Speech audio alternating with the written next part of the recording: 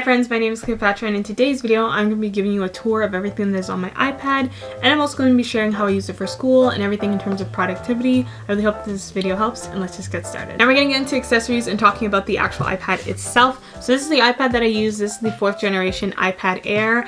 I believe this came out in like 2019, maybe 2020, and this is the light blue one that I got. I've had this for about 5 months now, and I didn't buy it brand new. I got it secondhand off of Best Buy's like refurbished section, and I was really skeptical in the beginning because I was afraid that if I got it secondhand it wouldn't be working very well and it would have a lot of defects, because I still did pay a significant amount of money to use this even though it was secondhand. But the really good thing I like about Best Buy is the fact that they have a team of people that actually test the products to make sure that they're still in good condition even though they've been gently used. And as I said before, I've had no problems or issues with this iPad, so I'm very happy about that. This also has 64 gigabytes of storage. If I did get one that had more storage, that would have been nice, but as of right now I mainly just use my iPad for note taking. I mean, I do watch like things like Netflix and Disney Plus and Crunchyroll on here, but for the most part I just got it for note taking, and I haven't run out of any storage, and even if I did, I'd probably just back everything up onto the cloud. So as of right now I feel like this is doing everything it needs to do. It's very lightweight, and yeah, it's working very well for me. The next thing that I have is the screen protector. I ended up getting this paper screen protector. It was cheaper in comparison to the paper-like one. It works really well. It does everything that it needs to do. It was very easy to apply and put on, and I didn't struggle with it, so I really like this screen protector. Again, everything that I use will be linked down below as well. And then following that, I also ended up getting a case for my iPad. I didn't get one that matched the actual color of my iPad just because I know if I got a lighter blue one it would get dirty very fast and really quickly, but I ended up just getting this black one off of Amazon. I really like it because it has like, it magnetically connects and closes, and when I do put it onto the iPad it automatically turns off, which I really do like. The only thing I do not like about this case specifically is the placement of the Apple Pencil. I'll show you really quickly. One thing I've noticed with the case is sometimes I'll put the Apple Pencil here and it won't connect and it won't charge properly, but when I take the case off it charges perfectly fine. Like, as you can see here, it's not turning on and it's not showing that it's connecting. But if I remove this and then take the Apple Pencil and connect it, it charges. So I feel like the plastic sometimes interferes with the charging of the Apple Pencil. For the life of me, I don't know why. Sometimes I have this issue, sometimes I don't. In the beginning I actually thought it was the iPad that was the problem, but it wasn't. It was a case. So it goes on the other side because the Apple Pencil can only charge on this side. So if I were to go back and repurchase a case, I would most likely want to purchase a case where it just doesn't have like that plastic side where the Apple Pencil is supposed to attach. But apart from that, I really don't have any issues with this case. I like the way that it looks. I also like how you can fold it at the back, just so you can give yourself some more stability and like prop it up when you are writing, just so your wrist doesn't feel sore by any means. But yeah, this is pretty much the case that I use. And just to fully show you what it looks like, and this is what it looks like on the actual iPad, closed. So yeah. Then the next thing that I have is the Apple Pencil. I did end up getting the newer Apple Pencil. Honestly, in my opinion, I feel like it was really worth it. It works really well. It's smooth with writing. It charges very, very, very fast with the iPad, which I absolutely love. It connects very easily, smoothly. I haven't had any issues with this. The only thing I'm in need of is just replacing the tip on the actual Apple Pencil itself, but for the most part it's been working very well and I absolutely love that. Another thing that I also love about the iPad is just the fast charging, especially with the new USB Type-C cables. It just makes it a lot easier or faster to charge my iPad. Starting off the tour, this is the home page, and I was kind of going for like neutrals, browns, trying to make it look minimalistic and clean, and this is what I ended up with. All these pictures can be found on my Pinterest, but I really like the way that it turned out. Moving on to the next slide, this is where I keep majority of the apps that I don't use, to be honest, except for the Bible app. But these are kind of just all the standard apps that come with the iPad. Same thing with the first 2 rows of apps. I don't really use them. They're kind of just there. But moving on to the 3rd row, this is where I have my more used apps. So first we have YouTube. Obviously this is where you're watching this video, and I usually like to just watch YouTube videos as anyone else would. Moving on, I also have the Google app, and I pretty much use this for like searching anything along the lines of school and anything of that sort. Then next we have Pinterest, which is one of my favorite social media apps. I love getting inspiration for photos or just content or anything of that sort on Pinterest. I absolutely love that. I'll also leave my Pinterest handle down below. You guys can follow me if you want.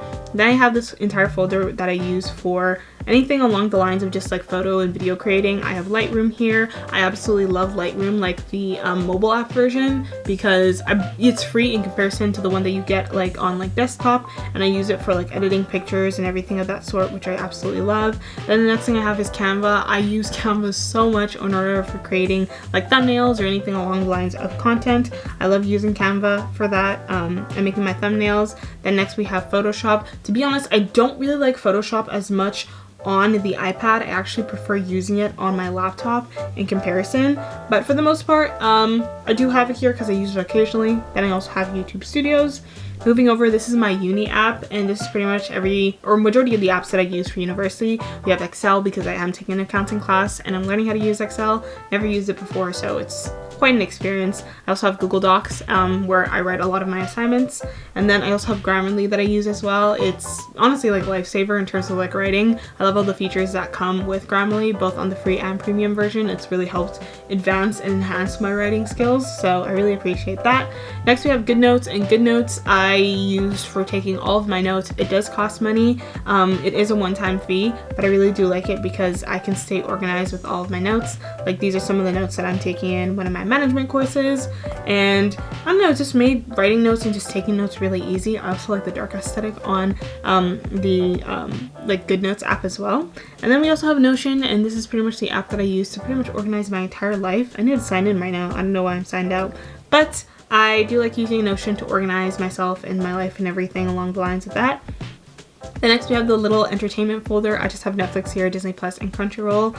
And then I have Facebook on here, and then I have Gmail. I have a lot of messages that I have yet to respond to. Then I have Widgetsmith, which I use to pretty much just customize the front page of my iPad back here, or the front page of my iPad. And then we also have Spotify, Google Drive, and then we have Google Calendars, and I like to simultaneously switch between using Google Calendars and Notion to organize myself. When we go into the GoodNotes app here, you can see that I have all my different folders down here, and we're just going to go into my psychology one. So this is the one for my chapter 1 notes. As you can see here, there's a slight difference between the notes that I take like in class. So these are my in-class notes, and as you can see, like they're very like jumbled and all over the place, and the writing isn't necessarily that neat. It's kind of like I'm just like scrambling to get everything down on the page.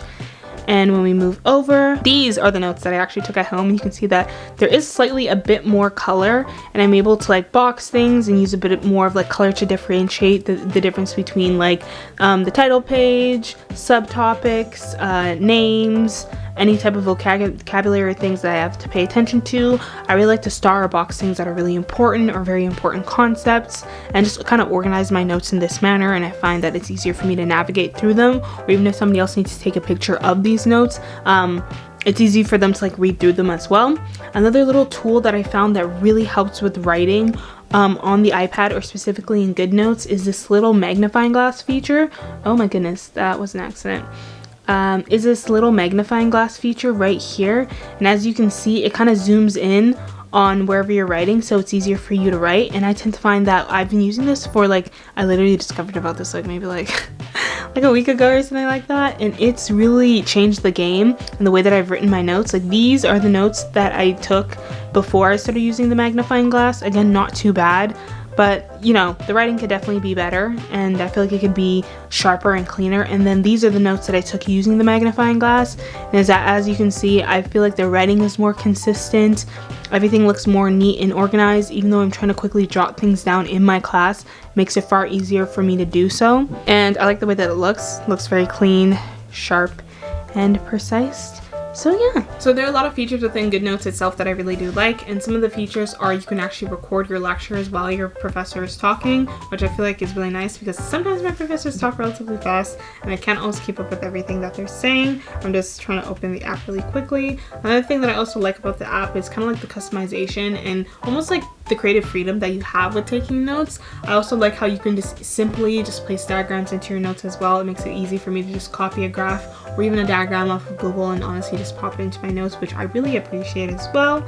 And for the most part, it's an app that's really easy to use. I feel like I am biased because I know there are other note-taking apps, but GoodNotes is the only one that I have used thus far, and my experience with it has been really good.